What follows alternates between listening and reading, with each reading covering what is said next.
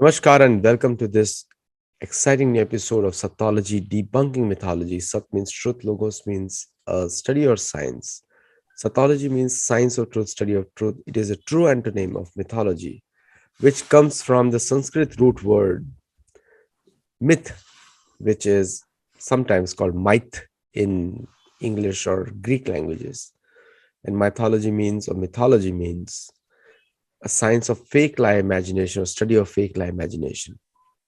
Now, it is an irony that most of the natives of the world, their history is branded as mythology. And I'm talking about India, I'm talking about South America, all the colonized lands. India had the good fortune of becoming independent, both politically as well as intellectually. But most of the other countries did not have. The philosophy and the books saved India. And that's why you'll see that other countries, their identity was completely removed. Today, I have a very special guest. He runs his own channel, and I'll give you his detail. And also, he's written a book, a very good book, very wonderful book, coming from Prabhat paperbacks, Prabhat Publications, which is called The Forgotten History of India. So let us welcome Shri Arun Anand. Namaskar, Anand ji. Namaskar, thank you for inviting me. It's always a pleasure to be on your show. So, Arun Anand ji, one important aspect is like the history is always written by the conquerors, but it is the duty of the people who were conquered to correct it. In the case of Vietnam, it happened. Case of Thailand, it happened. But in case of India, it did not happen. So why this renewed interest in correcting the history of the world, especially India? Actually, Aditya ji, I'm not the first one basically, and probably I would not be the last one also who is uh, we're not trying to correct the history or we're not trying to rewrite the history. See, the thing is that there were the historians like Sir Jadunath Sarkar and R.C. Majumdar. So they did represent the true history of India, the true past of India. But somehow, unfortunately, after 1947, when India got independence, so the Marxists, they dominated the intellectual scene and the academic institutions, and they wrote the history of India from a Marxist perspective. So there were two streams which were running. One was the colonial perspective, and one was the Marxist perspective. And the crux of their whole argument was that India was never a nation. India is basically a conglomeration of many nationalities or sub-nationalities. And that's how, and India is a nation in the making. On the other hand, if you would read authors like Sir Jadunath Sarkar or R.C. Majumdar or other, like if you read Dharampal's books, if you read Radha Kumud Mukherjee's books, there's a very beautiful book which he has written, Radha Kumud Mukherjee. I would recommend all our viewers who want to understand the concept of India, that is Bharat. What is Bharat? So it's called the Fundamental Unity of India. It was a paper which he had written in 1900, in the early 20th century, in Modern Review. So that's a wonderful book which he has written. Anyway, so having said that, these so-called professional historians from the Marxist school, so they dominated the academic discourse and they wrote the textbooks, and that's how we were taught that Mughals, who were hardly there for 150 or 200 years, and who most of the time were fighting battles to protect their small kingdom. So half of our history is devoted to them, whereas Vijayanagar Empire and the Chalukyas and the Cholas and the Lachit Barfukans from Assam, so they were hardly given any space. So this is how. So now there is generally, there is an acceptance of this fact that okay, we need to basically have a relook at our history. So facts are being countered by the facts. So they had kind of manipulated facts. We belong to the nationalist school of thought, where we believe that India was always a nation, and nation is not a geostrategic concept. Nation is a cultural concept. Nation is a flow of certain cultural values, civilizational values, which has been there since eternity as far as India is, or that is Bharat is concerned. So that's why we need to bring out this true picture. And this book is one of the efforts actually to capture the events largely in 20th century, and especially post-independence era, that how during this battle of narratives between the Marxists and the nationalists, so how it's basically we are challenging we are not, it's less of a counter narrative and more of, our own narrative, which we want to bring forward. Now, you mentioned a very good term, nationalist. Now, the USA had many independent nations before. The first five nations of the Northeast were uprooted from their territories to put European settlers. 1908, the Pope declared the conquest of America is over because they conquered the first 13 territories. And later on, Thomas Jefferson, who was a military general, and many other US leaders, they started frontier wars. And that's how they started expanding. And that's why the concept is nationalism is bad, patriotism is good. Patriotism means belief or faith in the flag. Now, because the European settlers did not own the land of USA or Canada, so they had to create this division. So they did not want nationalists because nationalist word comes from natives, like the children of the soil. And the whole world is now divided amongst nationalism and patriotism. For some of us, it is the same thing because it's our land. We are grown here. But for especially for European settlers or church-based communities who occupied Australia, New Zealand, USA, Canada, for them it's a very problematic word. And that's why the movement is by the colonizers that nationalism is bad, patriotism is good. Now, if you look at from this perspective, then from from a native perspective, both are the same. If there's the government, but the First Nations of the US, now all these bad philosophies originate in the West, whether it's a left or right, and even Karl Marx. Karl Marx was also a German scholar, and then and all these different philosophies they gradually come to the East.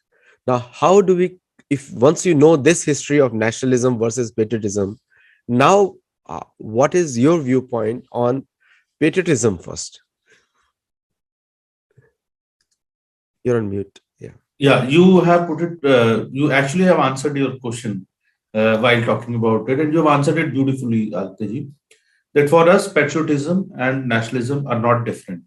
And the reason is that for us, nation was never a nation was not about the a landmass. Nation was about a group of people who share common civilizational values.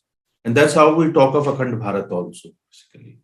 So when people ask that, okay, are you going to, kind of bring back Afghanistan or Cambodia or Myanmar back into your geographical fold? So when you talk about Akhand Bharat, so I think it's basically the Western framework where nation is largely basically kind of a nation state, and it is associated with the mass of land.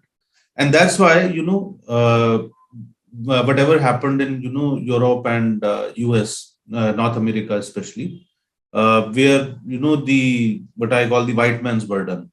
So, they destroyed the native population and they captured, the whole idea was basically to capture more and more land and establish your rule on that. But in India, that was never the concept.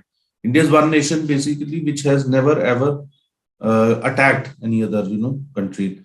So for us, nation is a cultural concept, as I mentioned earlier, and you have yourself said that because in Europe, these European settlers, they were looking for basically the landmass. So that's why they have created this binary. See, there is very interesting thing. The Western framework and the Marxist framework, ironically, they have a similarity. When we talk about, the intellectual narratives, both of them work in binaries. For example, if you see the right and the left, this is a binary which they have created. Again, the patriotism and the nationalism, that is another binary which they have created. Then, if then there is, the atheist and the non-atheist. That is a binary which they have created. Or you can say that people who accept religion and who are atheists, that is a binary which they have created. So if you see any cultural aspect, if you see any part of the life, so they have created binaries. And Hindu civilization or Bharatiya civilization has never believed in binaries. So I think first, and sometimes we fall into the trap even while challenging them, because we start using the same binaries. So I think that is what needs to be challenged, and that is what needs to be reviewed.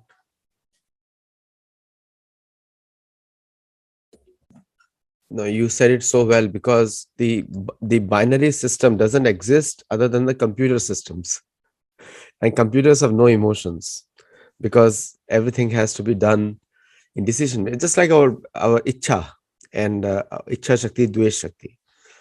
Ichha shakti, dvesh shakti is also binary. So you desire and you not desire. You hate something and you don't hate something. That concept is again in Vedas also, and vidya, avidya. What is vidya, what is avidya. So these concepts are big topics in itself, but they are actually geared towards a spiritual upliftment, vidya and avidya.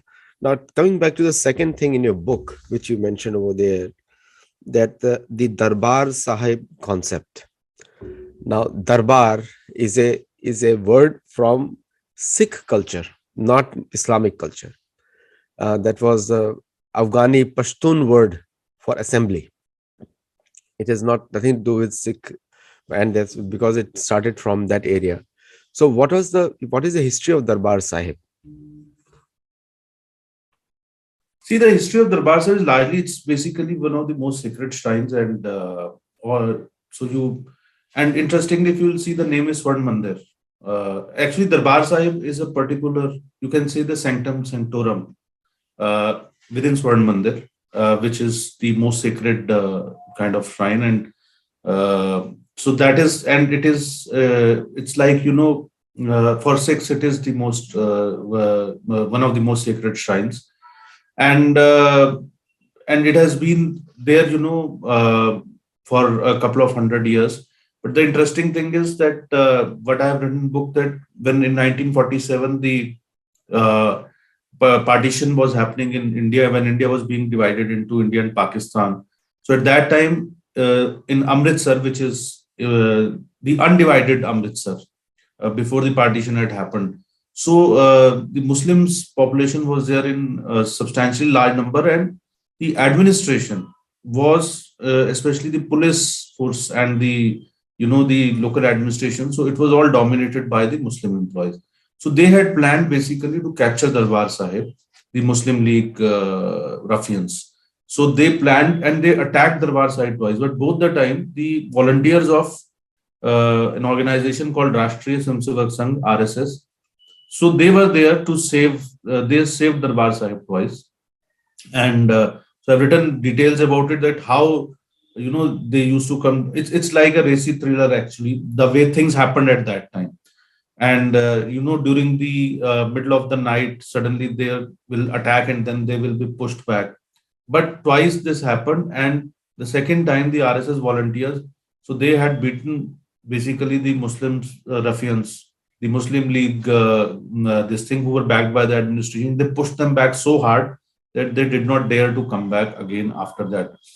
And this is a recorded history. This is not. In fact, when earlier, this chapter was published in one of the websites, so there was a lot of reaction in on some of the websites where some people try to. But I have mentioned specifically, given all the references. I have given the names of the persons. I have given exact time and location of these incidents, and I think these are the incidents which need to be recalled and retold, because there is a concerted attempt in Punjab to create a fault line between Hindus and Sikhs. So how Hindus and Sikhs together basically protected Darbar Sahib, and how it was as sacred for Hindus as it was for Sikhs. I think that is the relevance of this chapter in the present context, because we have seen recently that in the name of no referendum 2021, or in the name of farmers agitation also, that how in Punjab they are trying to basically, certain separatist elements are trying to create a disturbance by creating this fault line between Hindus and Sikhs. So I think that is why this chapter is very, very relevant. Yeah, the fundamentalism in Sikhism was never existing before because Guru Granth Sahib has 2,500 references of Sri Ram, and Guru Nanak attained his Diksha in Sylhet from Nityanand, very publicly known fact. And Chaitanya Mahaprabhu, he met Chaitanya Mahaprabhu in Jagannath Puri Mandir, and that's where the relationship was established. So Naam Japna of Sikh culture has come from Sanatan Dharma, and it is a very clear, well documented part of the history.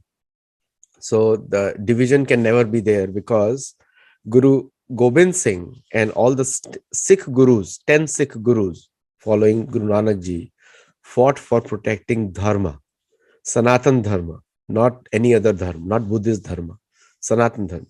So anyway, that is a different thing. And another thing you mentioned in your book was Dadar and Nagar Haveli, which was occupied also, and how RSS played a good role in making it independent.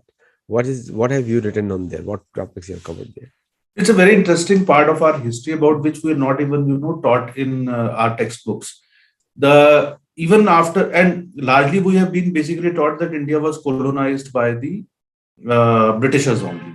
But actually, India was colonized. Part of India were colonized by the French and the Portuguese, and in the earlier era Dutch people also. But when we got independence, so then the French were ruling Puducherry, which was known as Pondicherry at that time.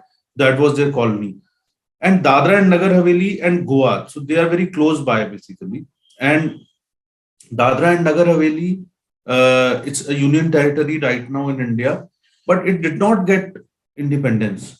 And in the Portuguese were ruling there, and it was an organization, as I mentioned earlier, Rashtriya Swayamsevak RSS. So they decided, and it seemed everybody had forgotten, and because it was a small place and people there, they wanted to overthrow this Portuguese rule. And so RSS created a movement, and in fact, even before the army or the police or the defense forces from India, it was RSS volunteers who entered there and who, kind of in a coup, they threw over the Portuguese government, Portuguese rule there. And after that, the Indian forces enter. So it's a brilliant chapter that how the people of India they pushed for it, and it paved the way ultimately for Goa. Goa is an international destination. Many people don't know that Goa got independence from Portuguese rule in 1961. And let me tell you the kind of inquisition which Portuguese had done in Goa, and the kind of, in Dadra and Nagar Haveli also. So I think these are the chapters, because RSS, many people accuse RSS of, that what role did you play in the independence movement? They not only played an important role in the independence movement, but even after 1947, they played an instrumental role in getting freedom as far as both Dadra and Nagar Haveli and Goa are concerned. And it also tells us basically that the process of independence of India was not completely over in 1947 itself. There were parts of India which kept on, which were still there under the colonial rule, so not under the Britishers' rule. So that is also another important lesson which we, need to recount, and that's why I've written about Dadra and Nagar Haveli. Before the British came in, the Dutch looted India, and one of the Mughal, I would not call it an emperor, it must be a looter, they exported tons of spices from Kolkata. Bengal was rich because of all those trades, because of seaport, and they actually were sold. And the reason why any of the west coast or the south of India was not used, because none of them were under the control of the British. And this is a well recorded fact that British were scared to put ports there because many of the locals will object to that. and that's why they wanted to have all their export. Dutch wanted all their exports from the east coast because the Mughals were ruling over there. Now, so the loot was collaborated between the British and the Mughal, and I mentioned in my last book, Gold, Glory, and God, in much detail there. Now, coming to back to the question of if you look at you mentioned about the Ram temple and also the world view towards Ram and his story. Believe me that Ramayana, Valmiki Ramayana has a global spread. Again, there's one book of mine, Gold Glory, One Arrow, One Kill. Ramayana is popular in South America. The geographical locations mentioned in Valmiki Ramayana come to South America. Udayachal, Astachal. Astachal is Europe. Udayagiri is Europe, South America. There is no Indian history book which covers that kind of geographical spread on that Sri Ram story does. Sri Ram story is there. So the West has a very favorable view of Sri Ram. I'm talking about the original people and also the realistic thinkers. What you have written about your view of the West and how they view Sri Ram as? I think Aditya, you are right. If we look at the if we look at the literature from so I have broadly written that over the last 1800 years or so, right from Chinese travelers to the Europeans and the Americans, so everybody had lot of praise for Ram, and in fact it's only off late over the last 50, 60, 70 years, I would say, that you have unfortunately authors like Wendy Doniger who represent a very, I would say, kind of deliberately manipulative picture of the concept of deliberate the Ramayana and the characters. It's kind of a concerted effort basically of character assassination of the characters in Ramayana. And so I have talked about the French traveler John the Thevenot. Then you have A Voyage to Surat, written by J.O. Wington.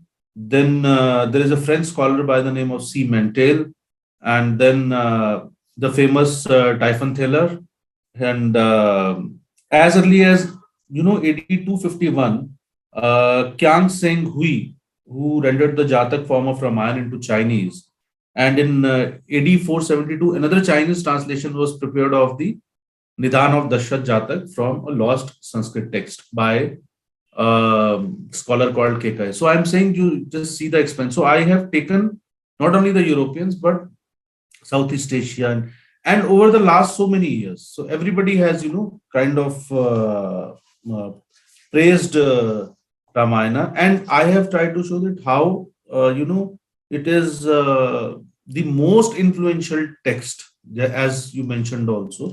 Is the most influential text. So, as far as India is concerned, as far as India's cultural outreach outside the world is concerned, and it is not only this chapter in a way by bringing the views of the foreign scholars. Okay, some people may say that okay, Indians might be biased about Ramayana, but these are foreign scholars, and they have mentioned that not only it was a great piece of literature, but it was a great piece of history also. It was a great piece of philosophy also, great piece of moral science also. So it's what you call an amazing story and written in an amazing way. So that's what I have mentioned. In fact, there is another chapter which is related to the role of Tulsidas, who wrote the another version of Ramayana. Original Ramayana, as we know, was written by Valmiki ji in Sanskrit, and then Ramcharitmanas was written in Avdi, which is a dialect of Hindi language. So, and I'm just sharing these things. Of course, Aditya ji knows much more than this, but for our foreign viewers. So, and which became very popular. And then I've talked about the role of Tulsidas ji as a Renaissance, leader of Renaissance, cultural and religious Renaissance. Yeah, people do not understand the time frame in which Tulsidas wrote that book. The atrocities of Akbar were at the peak, and most of the people do not know that Akbar is not a very respected person by the people whom he tried to govern. So if you look at that's ultimate left, you say, if you love left, then this part you must accept. The people who are governed, their view matters more than the people who are governing. So from the point of view of the locals, Tulsidas wrote that Ramcharitmanas to lift the mood of the people. So what is one thing which you say, like you mentioned the word Wendy Doniger. Now nobody in America knows that word. Nobody knows. I've never heard it, except in the Indian newsstands and the airports that book is sold. I mean, if such an antithesis of everything that India represents, why not that book is banned? Because these books create a false perception, give credence to people who actually do not understand India. That, like one of the Indian prime ministers was Bharat Ek Khoj, he wrote. This is a very foolish book to write. When you're prime minister of a country and then you're writing the viewpoint of an invader. And so it's a very funny book. I'm sure that book will never be released in Vietnam if something was written about Vietnam. Now, Vietnam, a discovery. Somebody writes that book, will not release. Why is that? That so far after independence, also we are continuing to peddle these kind of viewpoints to misguide people. Actually, Yeah, you're right, Aditya ji. I think it's largely, the issue is that, as I said, that, the Marxists and the colonial historians, so they dominated the academic institutions and they have created a narrative which suits them. And they are backed by, the lot of anti-India forces. So whether in the form of think tanks, a lot of funding comes to them. And in fact, the Marxists have kind of penetrated into and they are dominating not only the academic institutions in India, they are dominating the academic institutions across the world. We have seen that because I speak to a lot of academicians, foreign academicians also, who are not left of the center. So it's very clearly visible, that in all the academic institutions, that is what, and then they have created an ecosystem. So through that ecosystem, one person writes, the other person, they get the PhDs done on that. They appoint their people in committees which write the textbooks. In news media also. So there has been basically, tradition of left, the domination of Marxists in India. So, that ecosystem, that the research which is done from Marxist perspective. The books which are written from the Marxist perspective, and then the news media also basically peddles it, through a Marxist perspective largely. So it takes time to see. They have taken, this is what actually Britishers did. That the damage which was done in 800 years of Islamic invasion, from 7th century onwards. So much more damage was done by the Britishers because they attacked at the very roots of Indian identity. They created a question mark over Indian identity, that okay, India does not have a fundamental unity, or India does not have an identity of its own. It has to, as you rightly mentioned, it has to discover its identity. So that is the big doubt which they created in the psyche of our society. And India is a huge society, so it takes time. It takes time to counter these narratives. And as I mentioned, that they have got themselves deeply entrenched in the academic institution, so it is not easy. They have lost the electoral battles. They have lost the popular support on the ground.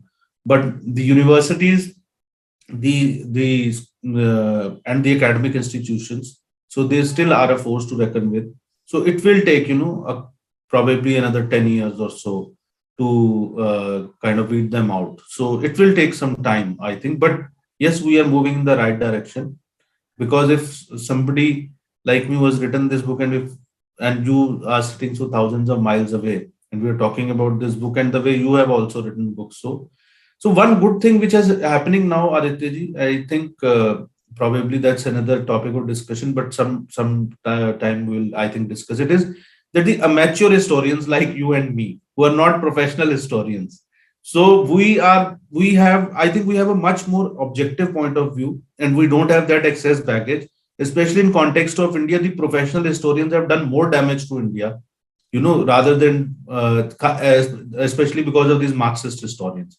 So I think, now you have authors like Rajiv Malhotra, you have Sanjeev Sanyal, you yourself have written so many wonderful books. So now there is a crop of, professionals who are doing well researched books, challenging the existing narrative, and this is the way it is going to. देखिए आदित्य जी, सरकारों से बहुत ज्यादा उम्मीद जो है ना, वो करनी नहीं चाहिए. We should not expect, because governments and politics has its own character. It is ultimately the society. If the society will reject a narrative, the narrative will be rejected. So I think we are moving in that direction, and with people like you being there, so that's how I look at it. See, in the Loktantra, the ultimate responsibility is of the Lokpal. In Mahabharat and all, the title of a prime minister or president is Lokpal, caretaker.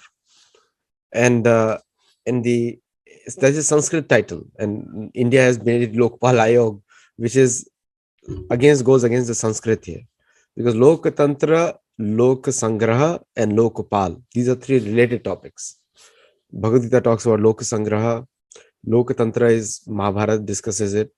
Now the responsibility falls on the government in any case, because if you look at the US and the Western countries, they are the ones who are funding the leftist movement, not others. Now it is going to bite them also, but they are the ones who are funding it. The reason is to create confusion so that they can continue their rule. So colonial rules are still going on through IMF, through World Bank, through United Nations. We all know that these countries regularly flout in the UN, but India takes it very sacrosanct. With our own mindset, which is colonial, like one of the colonial mindset imposed on Indians is, "Aapne kisi pe aakraman nahi kiya." But that is not a fact. Cholas, Chalukyas, Pallavas, Chandragupta Maurya. In fact, even today, Indian companies, Indian government may not be doing it, but Indian companies control most of the trade in Africa. Like a small city of Mumbai controls 60% trade in Africa. 60%. The Chinese cannot even match it. Now, and that is all under the counter. But it is the government's responsibility also. Just like in the Western countries, they regularly peddle their narrative of World War II. They do not say what good things opposition did. Hitler obviously did not do anything good, but still they continue their narrative. But in India, what we see is the opposite historians which debunk the idea of India or Bharatvarsh. They are the ones who get mostly prominent in the government circles also. Their views are taken still seriously, even in the new education policy also. What is your view on that?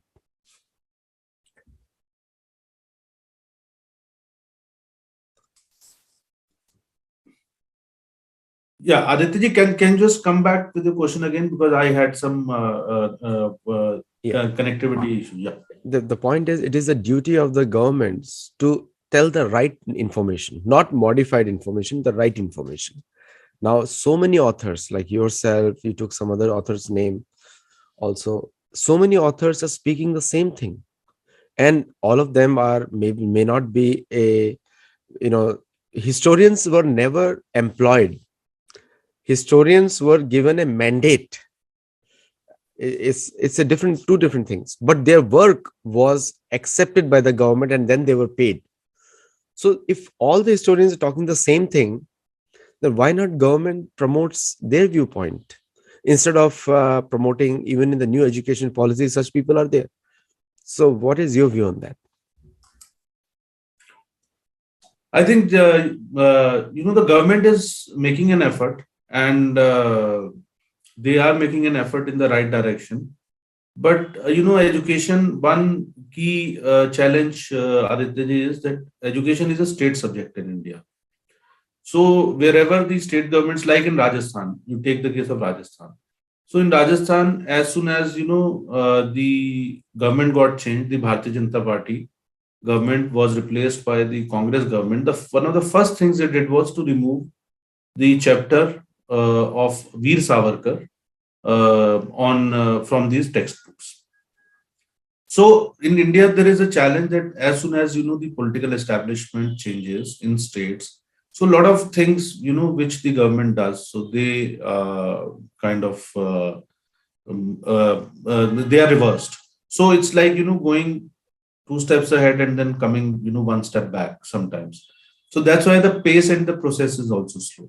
Second is that we should also accept the fact that somehow the because with the non-left or the nationalists, they didn't had that kind of an ecosystem.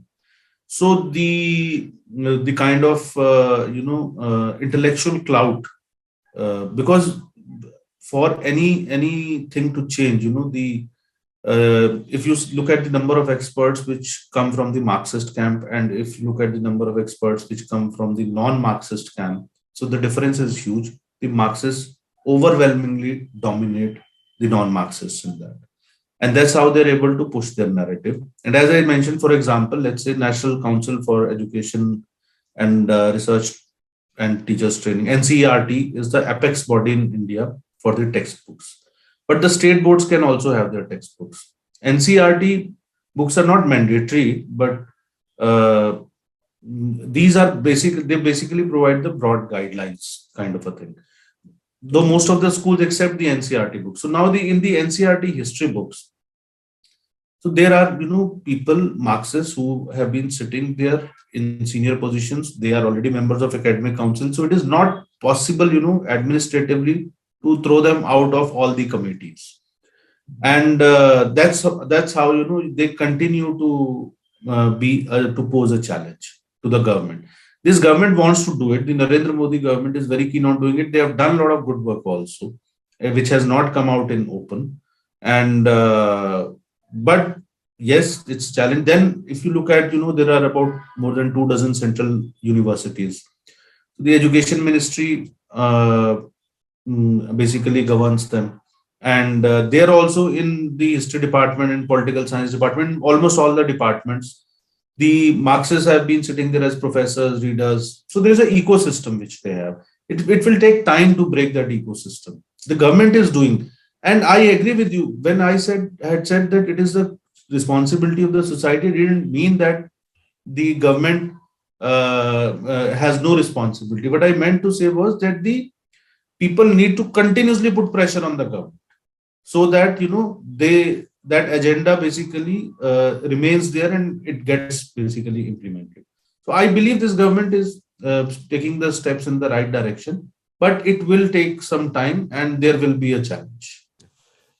In the west, the generally in the if you look at the Western countries, the academics are the viewpoint of colonizers, all of them.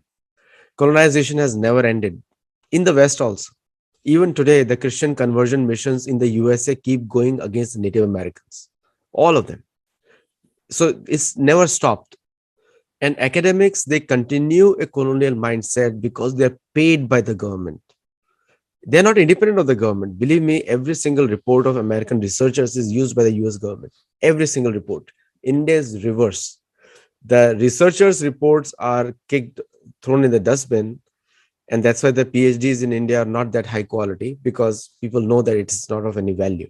It's a paper value. And the viewpoint of the politicians is more important. And when most of the Indian politicians refer to Western reports, not Indian reports, it's changing. Culture is changing. Since 2014, India has seen a lot of change. That culture is also changing. But still, it is a 1-minute job, like for a government, to just say, this is not okay, this is okay. Choice. Just like the first 10 education ministers of India did. They selected a viewpoint of the Persian, and which were inimical to the idea of Bharat. And those education policies were taught to us. And this was done very whimsically by a single guy, two guys, and somebody who was doing Bharate Khoj. We don't know what was the Khoj, but the so it's a very small decision. I give one example: the Biden administration. My book Gold, Glory, and God went for review, and just one answer came from the U.S. library that this book goes against the idea of United States.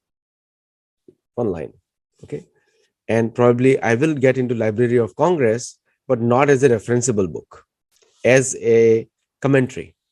Now, commentaries are never taken seriously. Now, the point is, but whatever I've mentioned is from US sources, from the US library sources. I've not done anything new. I've just put in my story. So that is why, that is how they control. And so much we talk about American, this, American, that, and I'm proud of this country as well. This is my home. But we do not learn anything from them. We are learning that they have a Patriot missile system, they have good F-18s, F-35s, but we are not learning how they use them. So what is your view on that? And then we'll wrap up this. And next show I'm going to do on Maxwell and Lintner. And I want to do a full show on that because that is a very interesting topic for me as well. Yeah. I'll just quickly, I think you're absolutely right. One is that there were two challenges which we faced. One is that somehow that body of knowledge which uh, we were building to, and which could have, which should have been the mainstream narrative, somehow, one that we were not able to build it so forcefully. There were very few who were building it, and they also didn't get ample space. So you had people like, as I mentioned, Jagnath Sarkar, R.C. Majumdar, K.M. Munshi. Nobody even basically uh, talks about them. Now, of course, initially, we had two challenges, I would say, Aditya ji. One was that we had to counter the narrative, and the second part is that you also had to present your own narrative. So it took time basically to actually, because the Britishers had sowed so many doubts in our minds, that even it took, a few decades for us to clear that mind. And then by the time we, people like you and me who were born in this country, and then that okay, there can be a counter. There is not only a counter narrative, but there is an independent narrative also, which is the real narrative of India. And battles of narratives, it takes decades, centuries sometimes. And of course, because of the advent of new technologies, now the time span can be much shorter to reach much wider audience and to convince them. So I think that is the challenge. And yes, we must learn from the all the good things from the, and not only US. You look at China, how China has used its soft power across the world to build a narrative. And as you said, we'll talk about, especially the in context of the Lintner story, which I have done in the book. So yes, we are still fledgling, trying to find, we have reached at okay, that we are getting up now, but we still have to hit the ground running. So that's I think, but I'm eternally optimistic. And I think because we are on the side of dharma, so because we are on the side of dharma, so I think ultimately the only thing which we have to do is that we have to keep on driving this. Yeah. And victory is ours. Absolutely right. We are neither left winger nor right winger. We are dharmic wingers, because dharma wingers means we can look at both the, take the best from both the positions and avoid bad from both of them. So thank you so much, Arun Anandji. Always a pleasure to speak with you. And I think this book of yours is naturally interesting to me. And so viewers, if you want to buy this book, Arun Anandji, is available from Prabhat Prakashans, actually, right? This is the book. The Forgotten History of India. So please It's get that available book. on Amazon Kindle also. It's And how do they search on Amazon for this book? they just have to write books by Arun Anand, or they can just write the Forgotten History of India. Even if they write my name, so they will search. And the Amazon is also selling hard copies in US also. Yes. So thank you so much for joining, and Thank Anandji, you. always a pleasure. And for all the viewers who are watching, please do comment on the YouTube video and then let us know. Namaste. Thank you. Namaste.